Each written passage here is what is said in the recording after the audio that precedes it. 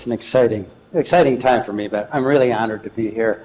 I started my Stoneware collection in 1973 when my wife and I moved to Rochester, New York, actually Bergen in Genesee County, and I went to a farm auction. And at the time, I just fell in love with this stuff because it's so beautiful. And there were about 24 pieces laying on the ground, and it was high bidder, gets his choice. And so I went up to $27.50 on a Burger and Company 2-gallon, which I still have. And of course, I'm this long-haired city, and a guy comes up to me and he goes, boy, why'd you do that? I said, well, I liked it. He goes, oh, you're going to drive the prices up. And he didn't kick me out or anything.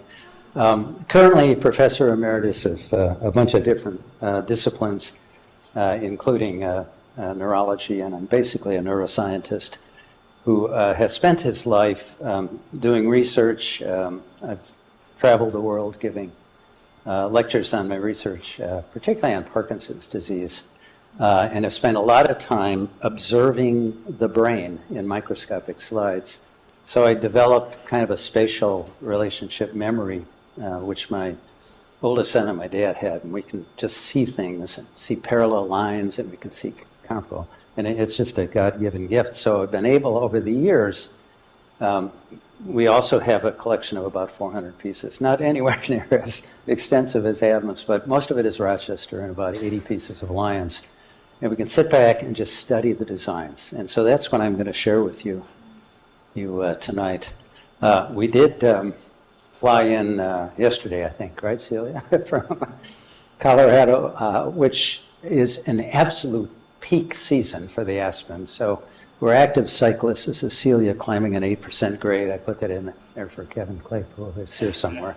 And just to let you know, we are active. Now, when I traveled the world and gave lectures, I'd go to another medical center university that was actually an expert in what I was trying to present.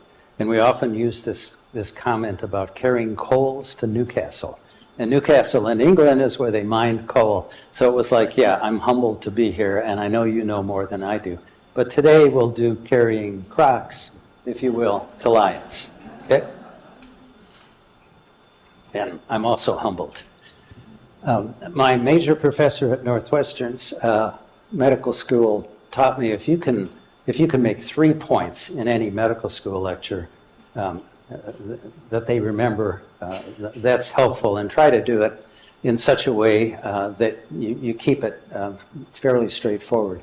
So the first part of the talk will be what many of you know and others may learn, and that is the succession of the Lyons potters, the lineage, so to speak. And then, and John has mentioned this, and I'll expand on it, the importance of the Erie Canal. And then we'll end up with what in the stoneware world we call eye candy. And that is a number of really wonderful pieces from the Lyons pottery with some anecdotes along the way. And we'll have some fun with Adam and a few others in the room. So I did mention it's Cub season.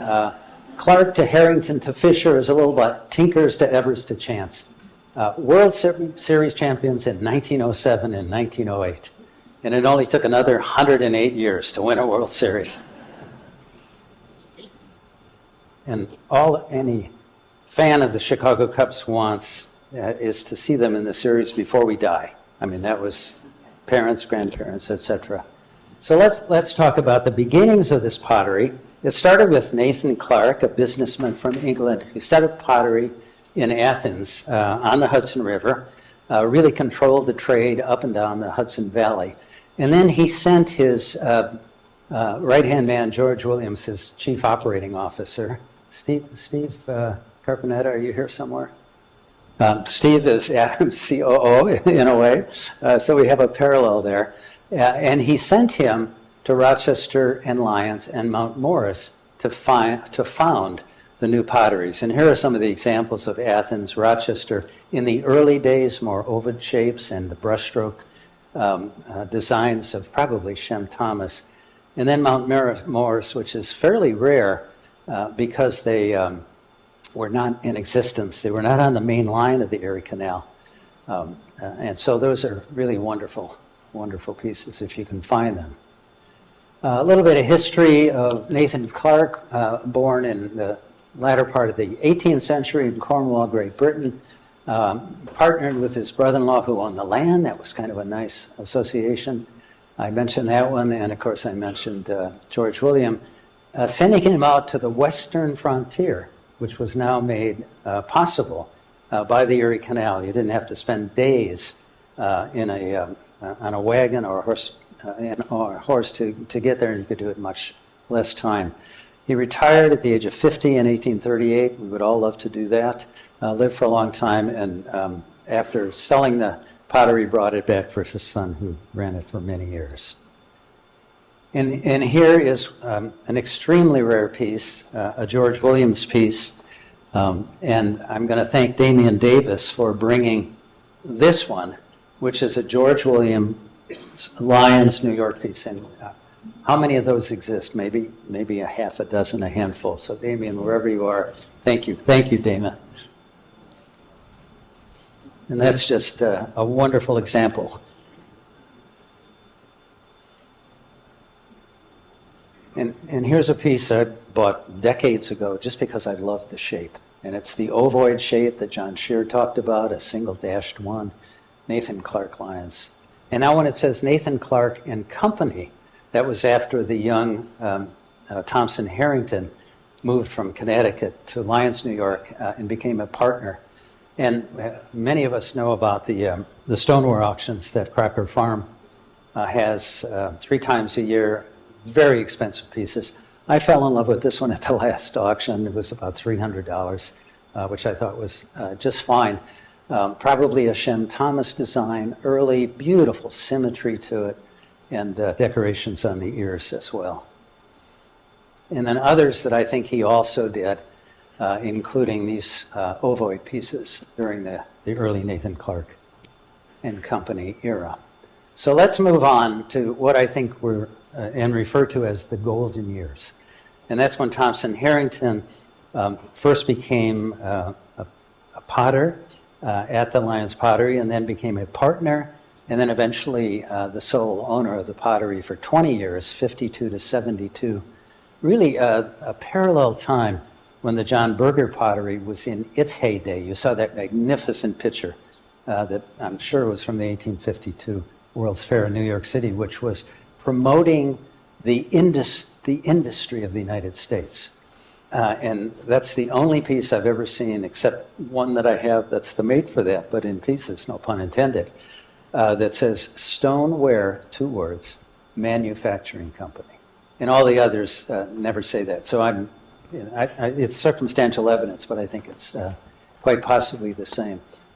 He was born in 1803, the same year our Center Hall Colonial House in Genesee County was built, and then moved from Brookfield in West Brookfield to Lyons. His parents, I think Ruth and Amos, and he had a rich family history where his grandfather and 2 brothers fought in the Revolutionary War, and he was described as having conquered many difficulties, didn't have much time for schooling, but he was a mechanical genius and a very astute businessman. He began in 1823 as a turner of stoneware in Hartford, Connecticut, and then he, according to this account, wrought at the business of Messrs. Clark and Williams in 1826 in Lyons, New York. Became joint owner, and then, and I think this is wonderful altruism on his part. He really flourished and enjoyed the success of his many employees, the success and their prosperity.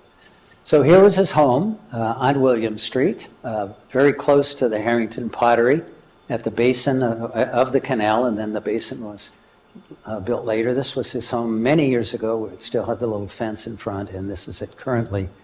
And Edson took us on a little drive by it, and I think it's apartment buildings. Now, I get a call from Peter Jablonski. Peter, where are you? You're here somewhere. In the back. Okay. Peter is a privy digger extraordinaire. And he says, what's the address of Harrington's home? I said, what's it worth to you? He said, nothing. I just want to know where it is. So I knew what he was. So I gave him the address. He goes, knocks on the door. And he and others get to do a dig. And these are something, and I don't know if that's Peter in the hole or somebody else, but here's one of the Harrington pots he dug, this beautiful decorated piece. And here's a smiling Peter as well. But and here's a piece that's in the museum collection, and I'm sure they were done by the same potter, and I think I know who that was. Now, so Peter sends me pictures of some of the dig, and look at this. To me, it looks like a clay pipe. Now, John showed this one before. He called it the Hunter. I think it's Thompson Harrington. And if you look at those pipes, and the young Harrington, the potter with this jug, he's got a clay pipe in his mouth. Priceless. We got to do DNA analysis on that pipe. And to support that a little further, so here's the profile. Here's a profile of a jug that is right here. And Paul Naska is taking that one home tonight for his collection. And thank you, Paul. If we look closely and compare it to this photograph of Thompson Harrington done by the Tuttle Studios in Lyons, and this is, I think, to my Eleanor, if I can read that properly. That's the backside of the tintype. And then if we, in Photoshop, enhance him a bit, okay? And then I just got this one from the board, and here's a profile. And let's just go through this a little bit. And you see the tuft of hair? And we see the upturned collar here and here. Look, let's see, I'm ambidextrous, I can do this. And then we have the prominent chin, pretty extraordinary. And then we have the tuft of hair back here. If that's not Thompson Harrington, you know, I'm Ernie Banks of the Chicago Cubs. So I'm pretty sure that that's who that is. And these are some wonderful examples with what we call in medicine bilateral symmetry. And I'm going to do more on this design and try to convince you who that was made after. Oak leaves with these parallel lines, which I think are a mark of one of the decorators, August Kretschmer, who I'll mention. And then the grapes. Now, Edson sent me a picture of this crock, and he said, would you like to have it on display? And I said, yes, because I have its sibling. And that's sitting in our kitchen in Evergreen, Colorado. And wonderful shading. So now we get to the highly productive years when Jacob Fisher in company with George Lang took over the pottery, ran it up until 1902. So that's a 30-year period of time. And here's another one of the pieces made during that time that are in the museum. Fisher, like so many of the Stoneware potters, immigrated from Germany. He began and worked for 15 years at the Berger pottery. It is said in the kitchen book that he married one of the Berger daughters. However, they were spinsters. And the great-grandson of John Berger Jr. has refuted this, Jeff Berger, and said actually he married Berger's niece. But anyway, there was a family connection. He partnered with Lang during that period of time, then he took over. And he expanded the pottery. And there were up to 4 kilns. We see 3 stacks here, but there were 4 at a time. And he had some iconic designs, such as this sumac leaf. And I'll get back to that. Now, John talked about the process. And this is from a presentation by Miss Anna Avery in 1950 for the Lyons Civic Club. And it involved these 4 manufacturing people, the ball slapper, and that's the young man who worked as an apprentice, preparing the clay, getting all the stones out of it. And then the thrower, who could throw as many as 22 pots an hour. Think about that. Was the next person. And then the turner, who was also the finisher, came in as a production line when Fisher took over. Their turner came in, finished the pot, smoothed it all out as the thrower was doing another pot after the ball slapper gave him. And then the cutter took it off, and then the decorators came in. And they could, and I'll show some pictures of this, not to get ahead of myself, but they could do dozens, if not 100 pots at a time with perhaps the same design. So here's a picture you're all familiar with. Let's just concentrate on the stoneware. It's decorated. The stoneware ready to be distributed up and down the Erie Canal into various towns. And I love this one because of the worker up on the roof doing something with the smokestacks. But look at this line. Those are all identical. And you saw the painting that John showed with the decorator doing one, and he had a bunch behind him. And I think it could have been kind of like a single artistic production line. So we can only dream about what those straight-sided crocks might be. But look at these guys. Here's some churns, and you can just barely make out, even when I enhanced it in Photoshop, you can just barely make them out. But they could be any or all of these Lyons turns, which are simply beautiful. John showed a billhead. I don't know if this is one of the potters, but I like it because it's got his jug beside it. And if you read the paper by Miss Anna Avery, she talked about how every farmhouse in the area, and she knew many of the descendants of the potters and possibly some of the later potters themselves, talked about how the workers, the gentlemen, would take the jugs out to the field, and they would, and this was what she said, they would bring out water, cider, or less innocent liquids. Is that great or what? So maybe that's a less innocent liquid. A beautiful brushstroke design during the Fisher era. And now we get to the final era, and before they finished, Frederick Omern, who we heard about, and there are some absolutely wonderful pieces on display, including the miniatures, which John Berger's grandson had some of when we visited him in Red Bank, New Jersey, and he called them the toys. So the potters would make toys for the kids and grandkids, perhaps at the end of the day. And there's some of those out there and some other extremely rare pieces. And so here are some on display. Here's the F. Oman cipher. This jug is in the museum. Many of the pieces were not decorated, and many were what we call merchant pieces. And here are some more merchant pieces with, and I'm going to come back to this fascinating signature here.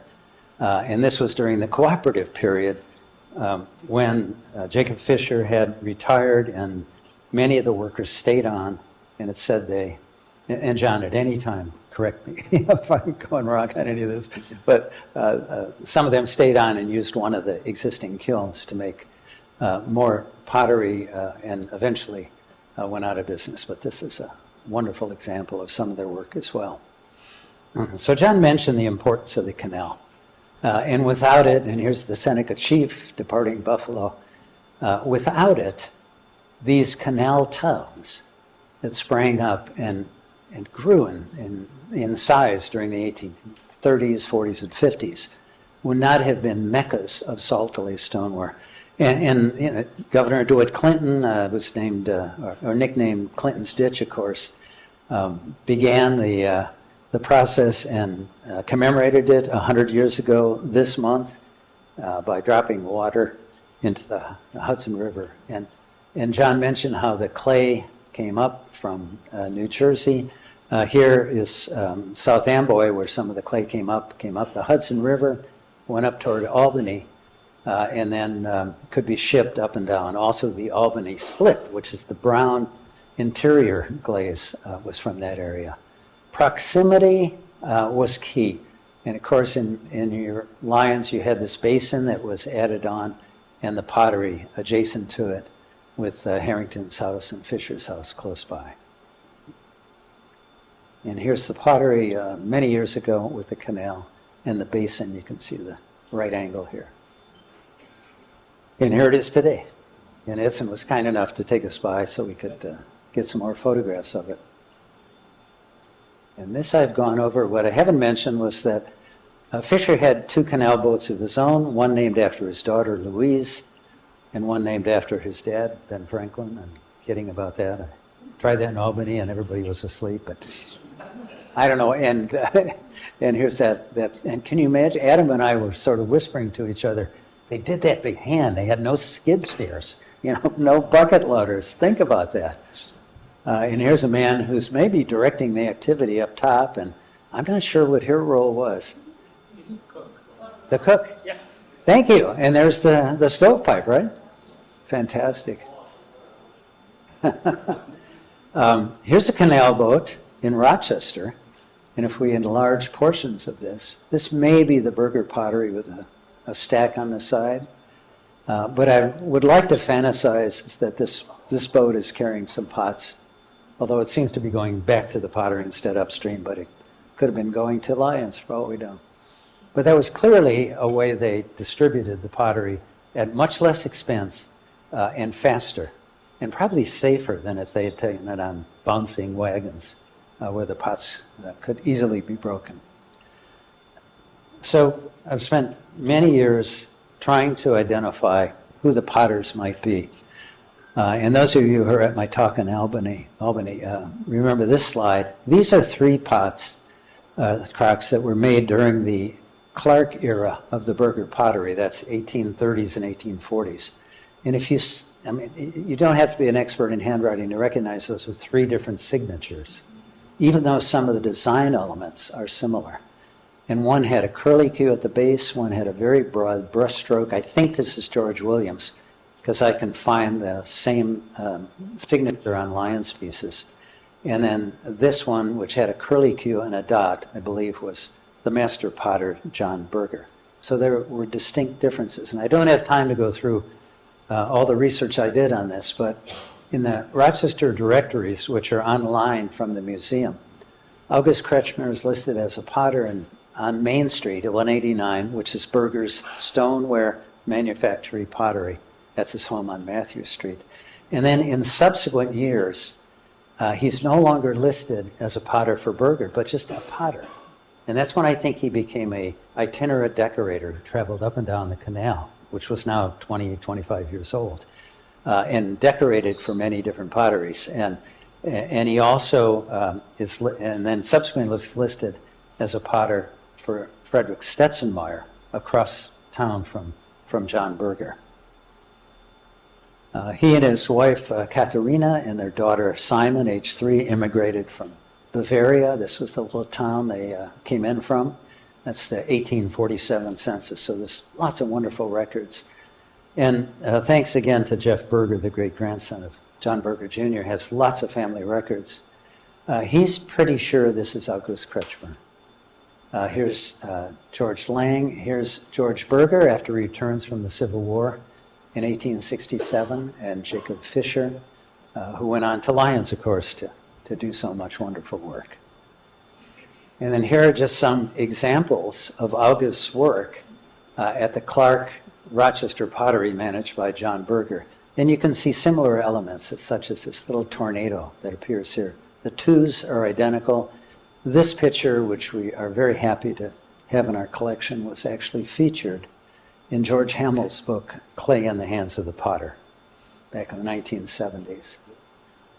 And then here's some more of his work, Nathan Clark and Company. There's the same 2. Here it is at Stetzenmeyer and Getzman. And then here it is 35 to 40 years later with John Berger Jr. And if you take these 2 2s and superimpose them, I would say even the uninitiate would suggest that those were made by the same person. And this has elements of his early designs. It's simpler. It was the final years of the Berger pottery, and they probably used a little less cobalt on most of the pieces. And then here are 3 fabulous pieces that I think he made. You saw a young Adam Weitzman. I whispered to Adam, boy, you were a punk back then, weren't you? And I love him. And this piece is in the Albany Museum. And Adam got this piece from us a few years ago and made a wonderful donation to our children's hospital. And then we believe this one was made also by Kretschmer, Memento Mori, we're still trying to find it. We have no leads on where it is, although John Martinelli offered it to me 30 years ago for $25,000, and I said, well, maybe not. But I should have, because I think Adam would have made me a rich man with it. And we'll come back to that one. So now let's take a little ride with August Kretschmer. Anybody as old as me remember singing 15 miles on the Erie Canal? I got an old horse and her name is Sal, don't me? 15 miles. Yeah. So here's one of the canal boats in those days. They were really compact with people and goods. And then here's what I would like to, if you remember one thing from today, remember this. Here are the canal towns. And look at these birds. A buffalo bird looking like a Rochester bird, looking like a Lyons bird, a double Penyan bird, which I've promised to sell Damien if I ever get rid of it, another Rochester bird, and a Gettysburg. And they have comparable eyes. They have comparable hooks and curves to the necks, comparable little tufts on the top of their heads. Whoops, there we go. Comparable little tufts. And the Kretschmer style of parallel lines and lots of dots. And look at this dotted fellow.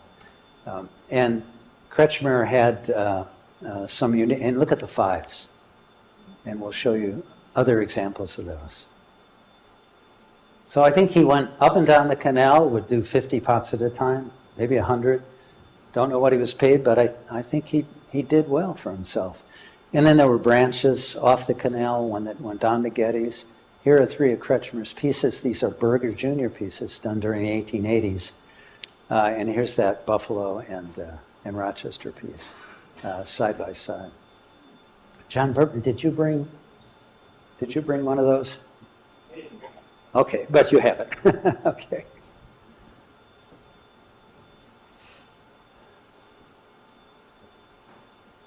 And just emphasizing this a little further. So that's a Harrington Lyons piece, looking very much like a Rochester flower. This is a Stetzenmeyer. And now let's just compare the leaves. Again, same decorator. And here's his distinctive 5 with a little loop at the top and a big curl at the bottom.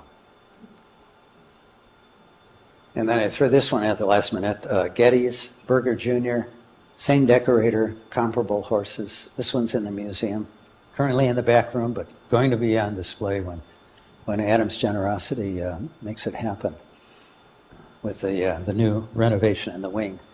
Emo King, we have much less information on, and if there are any historians who in the audience who would like to look at King's work and King's history and lineage, I'd be absolutely delighted. He immigrated also. I was able to get this piece. Damien sent me this. Damien, you're being featured today, so enjoy. So he sent me a pic. What's that? Want to buy it back? No, just kidding. And it's signed on the bottom, E. King, for Emo King. And this is the Rochester design on a Lyons crock. Yeah.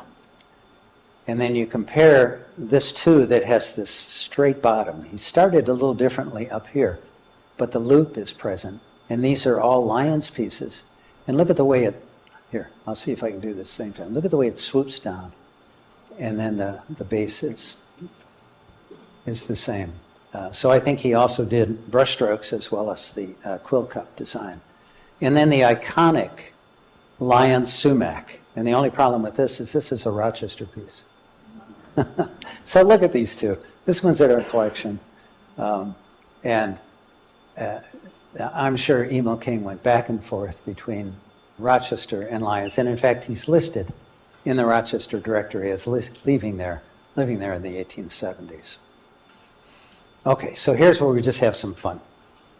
And this is what I called the eye candy before, and I need a little sip. And I'm getting a message from my cousin Johnny Carpinelli in Chicago. Been out to dinner, but we're winning 2-0 still. Okay, thank you, Johnny.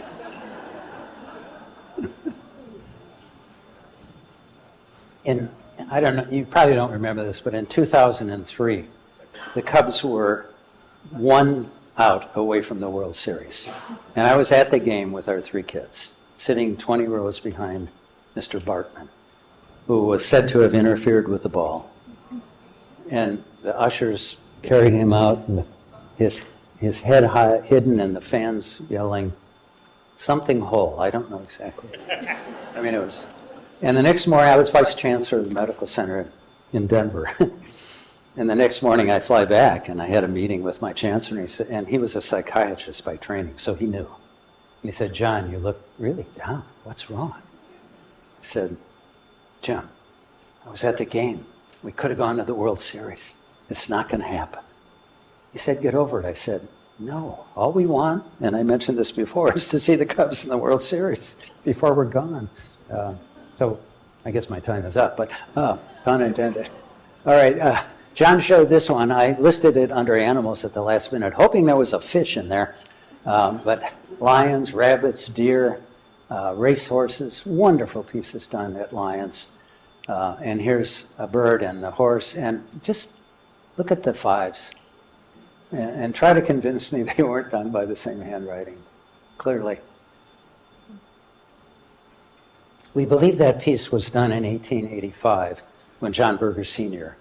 passed away, and it was dedicated to him. Now, this piece is really fascinating, and Kevin Claypool, thank you for bringing it to show everyone. It's right here, and you're welcome to come up and see it afterwards. You know, and it looks like a nice piece done maybe by Shem Thomas. And if you look really closely, look at this. Adam, did you notice that? It's a fawn. Is that awesome or what? And it's got 3 little dots on the side.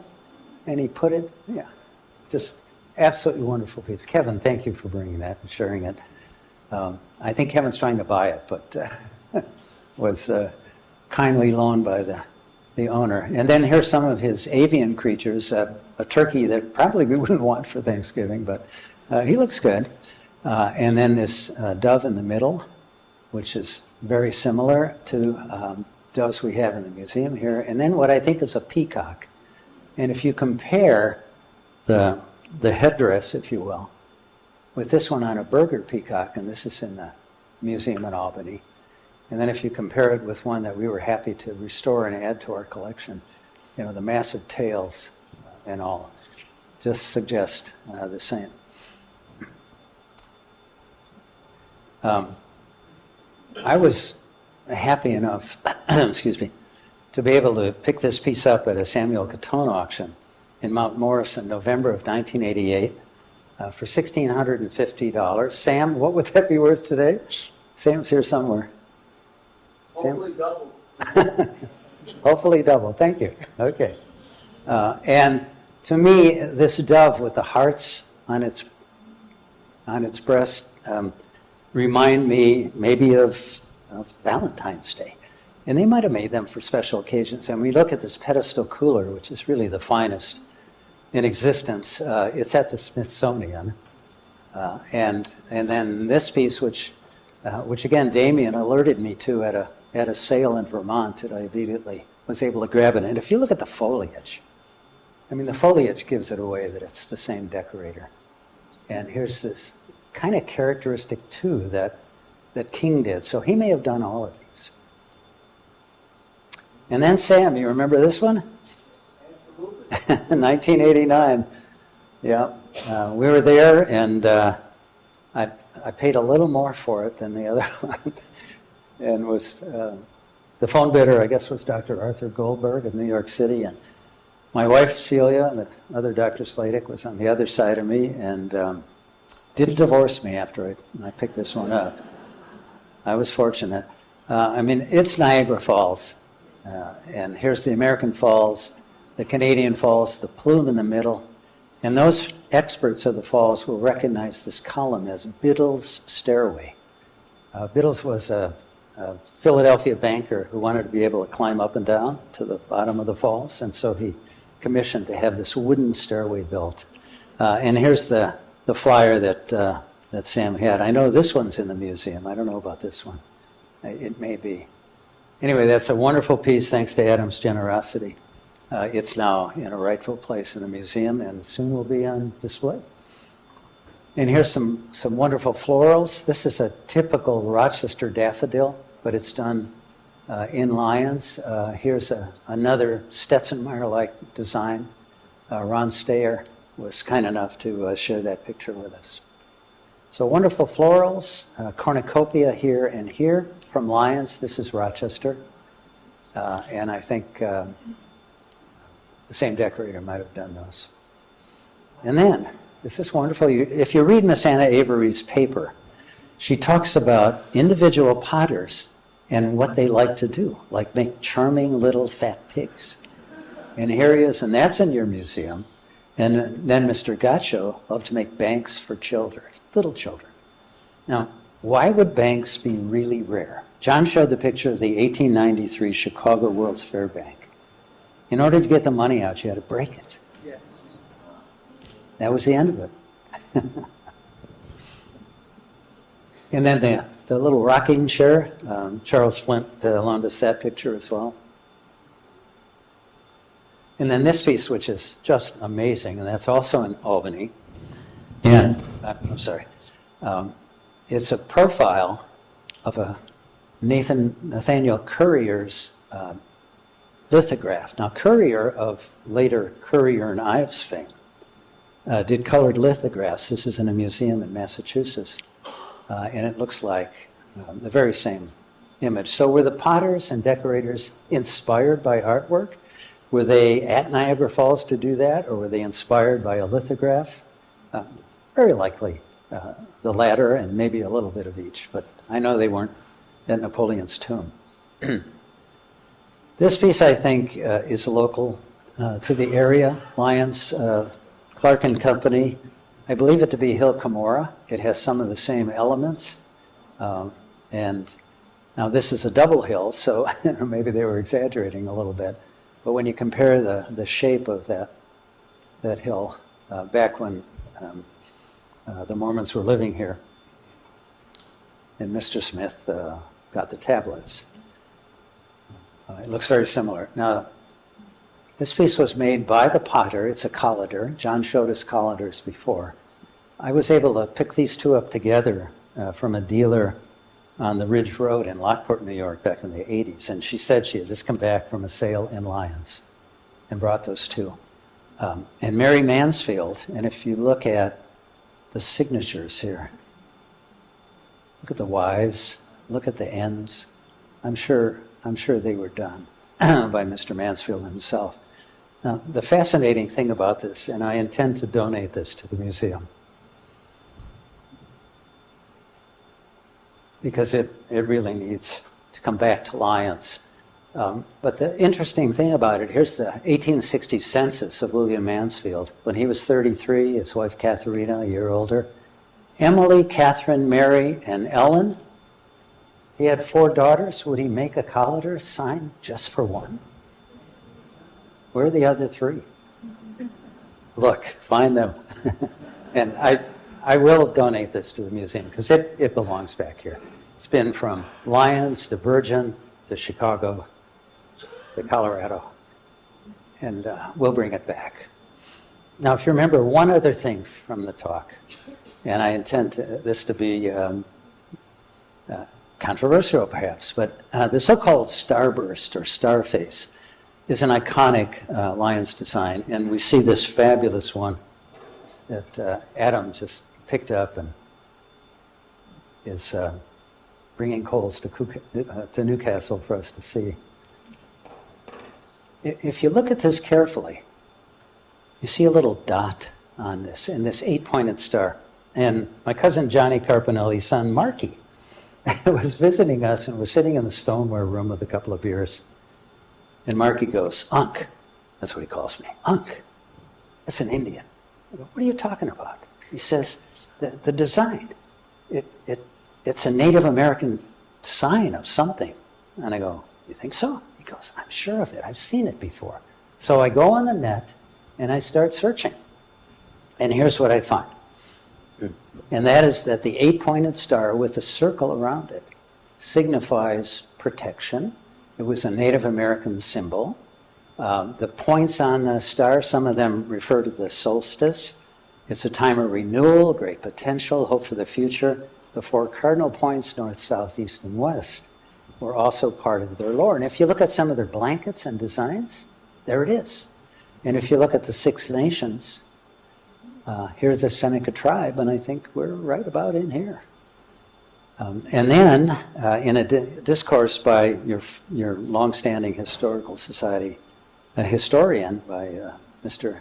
Beiderbecke, he talked about a visitor entering Lyons by the plank road would have encountered the Oneida, Cayuga, and Seneca Indians encamped on the bank, making baskets, beadwork, and I would add maybe even blankets for sale around the town. So it could be entirely possible that they were inspired by the local Native Americans and their culture. And here they are, in this case on the banks of a river. And then, I found some images of chiefs who have very prominent head hair, and I'll use my best imagination and think that there's a dot, on his chin, and I recognize how speculative it is as a scientist. But there were variations on the theme, and you see one of them tonight. I know Adam has played a little poker in his life, even on TV, and this could be a joker, in a poker deck. And of course, this is the man in the moon and this half moon. So clearly the potters had some fun. They had wonderful imagination, and they did variations on the theme. And I'll end with this one, which I think is the second best Harrington pedestal cooler. We bought this one in 1988. Sam, after I bought the Niagara Falls piece for a lot of money, I get a call one night, and it's this voice on the phone. Hey, you're the doc who bought that piece? And I go, you an IRS agent or a member of the mafiosa? He goes, no, I got something I think you'd like. I said, where are you? It's 8 o'clock at night. He says, I'm in Lockport. He said, give me your address, I'll grab my checkbook. I go there and bought it. And then, in a moment of weakness, I sold it back to Sam in 91 when we were moving, but this is my daughter with it in 88. This is her 30 years later. And by coincidence, after her undergraduate degree, she trained at Harrington College in Chicago. You can't make this stuff up, folks. And now is a very fine artist who is working at an artist foundation. And I'll end with these two pieces. Here's Adam signing a book for John Martinelli and Julie. And John bugged me for years and years and years to buy these two Harrington churns, which had always been together. And I think they must stay together. And these were done by Kretschmer.